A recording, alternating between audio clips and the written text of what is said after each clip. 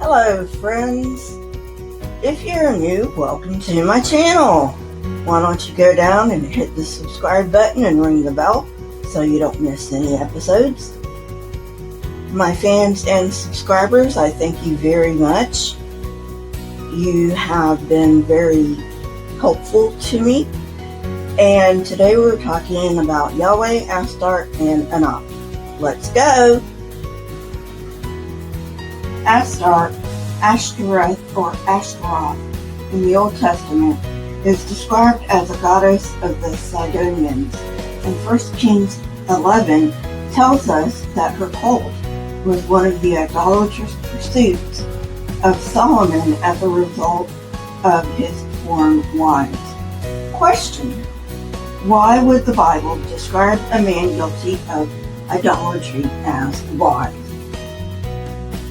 That the Bible refers to Astarte as the goddess of the Sidonians is completely understandable, since she was the head goddess of Sidon. Her cult may have started in Sidon, but it spread to other places in Phoenicia, as well as to Carthage, North Africa, Cyprus, Spain, Greece, Malta, and Italy.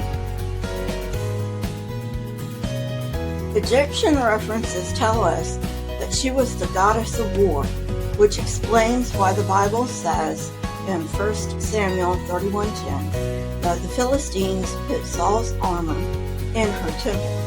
However, as I will explain later, it could very well be that the temple the Bible refers to was that of Anat, not Astarte.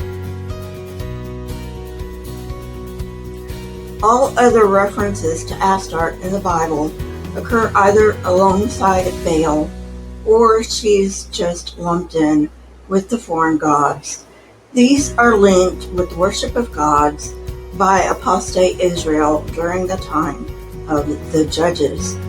Pairing Astarte with Baal makes sense because the Ugaritic texts identify her as Baal's consort. Anat was also Baal's consort, although curiously, Astarte played a more prominent role as Baal's consort in the Old Testament, whereas Anat is mentioned more in this role in the Ugaritic text. So, how does Astarte relate to Yahweh? Because Yahweh and Baal are sometimes equated in the Old Testament, and Astarte served as Baal's consort, she could also serve at times as Yahweh's consort. The Old Testament never directly mentioned Anat, but there are allusions to her. Her name forms part of place names, such as Beth Anat, Judges 1:33, Beth Anot, Joshua 15:59, and Anathoth, Joshua 21:18, the birthplace of Jeremiah. Shamgar ben Anat makes an appearance in Judges, indicating that he was metaphorically the son of Anat. Other Canaanites were also described as sons of Anat, and these were warriors. This makes sense because Anat was a warrior goddess. The Philistines took Saul's armor to the temple of Ashtaroth in Bethshan in 1 Samuel 31:10. The temple to Anat was discovered at Bethshan. Therefore, although not certain, it is possible that Anat's temple is the one referred to, since both were goddesses of war. Also, the plural Ashtaroth means goddesses. Since Ashtaroth is plural, it means goddesses and does not specify one particular goddess, so it is conceivable that the Philistines took Saul's armor to the temple of Anat. In the Ugaritic Baal myth, a passage describes Anat wreaking havoc in battle in a brutal manner against her enemies. Some scholars have compared the language of this passage with that used to depict Yahweh in the Old Testament when he brings vengeance on his enemies.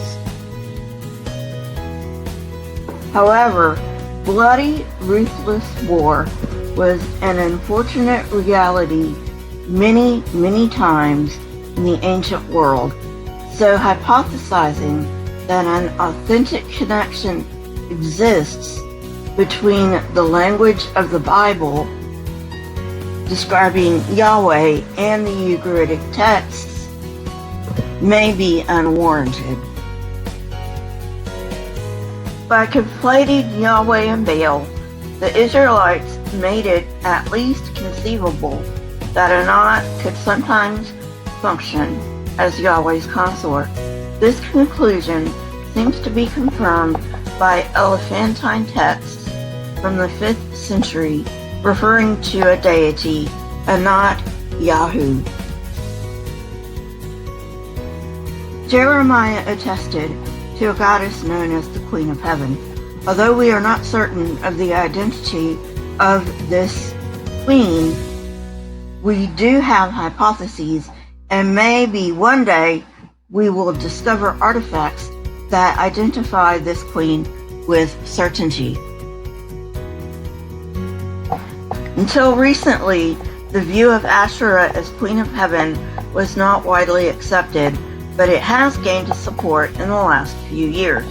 The strongest point in its favor is that the Deuteronomist gives her prominence in his account of 2 Kings 21 and 23, in which he tells of Manasseh's apostasy and Josiah's reform.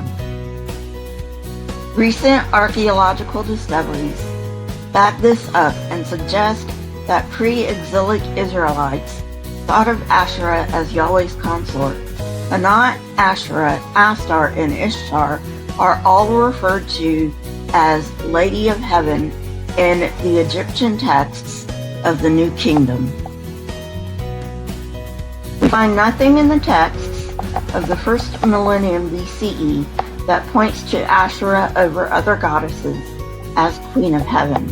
Since the Israelites conflated Yahweh with Baal, it is quite conceivable that the Queen of Heaven refers to Astarte or Anat.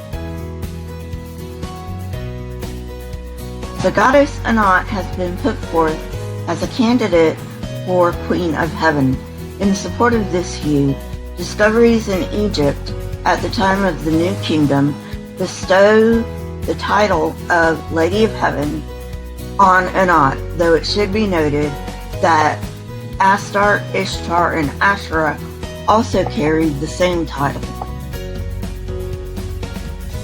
More compelling is that the specific title, Queen of Heaven, probably refers to Anat in an Aramaic letter from Egypt dating to the 5th century BCE, only about a century after the appearance of the edited passages in Jeremiah that refer to Queen of Heaven.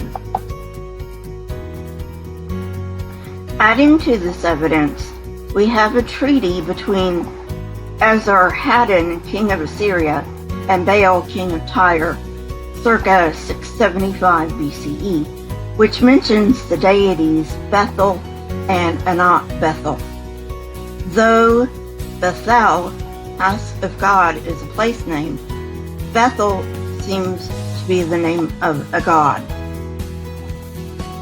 at least in some Middle Eastern texts.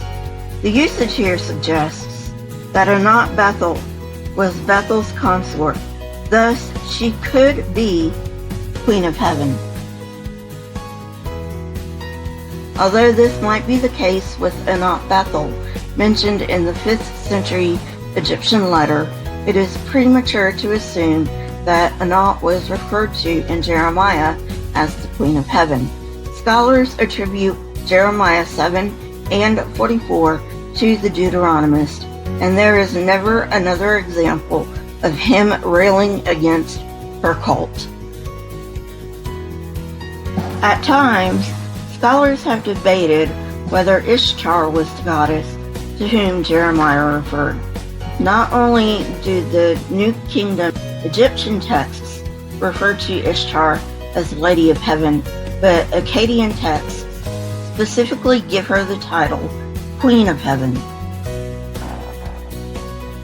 However, just as with the other goddesses, there are problems. Jeremiah 44 makes it clear that worship of the Queen of Heaven went back several generations in Judah, suggesting that she was a native Canaanite goddess, not a transplant from Mesopotamia. Presently, the most popular view among scholars is that Astarte was Queen of Heaven. Not only is she called Lady of Heaven in Egypt, but Astarte is the most frequent goddess associated with heaven in the first millennium BCE. 2 inscriptions from Delos are addressed to the heavenly Aphrodite, Astarte of Palestine. Furthermore, the most ancient tipple to Aphrodite, Orania, has been found in Ascalon, and the Cypriots acknowledge the Palestinian origins of the cult. Well, friends, that's it for today. I hope you enjoyed it. If you did, hit that like button, press the subscribe button, and if you want to know when I come out with new content, hit the bell next to the subscribe button. My Twitter, Discord, email, and PayPal links are in the description, along with the source that I used for this episode. Please leave comments in the comment section. I love hearing from you, and they trigger the YouTube algorithm. Keep learning and searching for truth. Here are a few videos from my library. If you have not watched them yet, go ahead and watch them and tell me what you think. Until next time, friends, stay safe and goodbye.